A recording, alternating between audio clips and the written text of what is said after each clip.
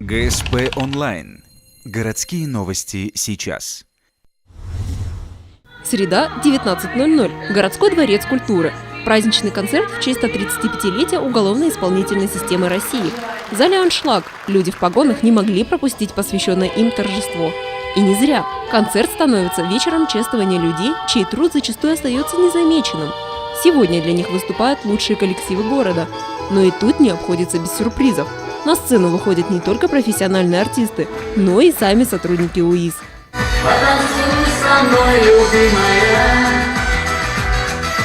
ты прекрасна, ангел мой. Потанцуй со мной, любимая,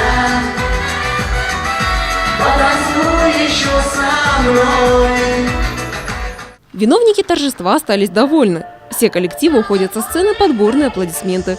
Возможно, сегодняшний концерт положил начало доброй традиции. И в 2015-м сотрудников УИС вновь пригласят в этот зал.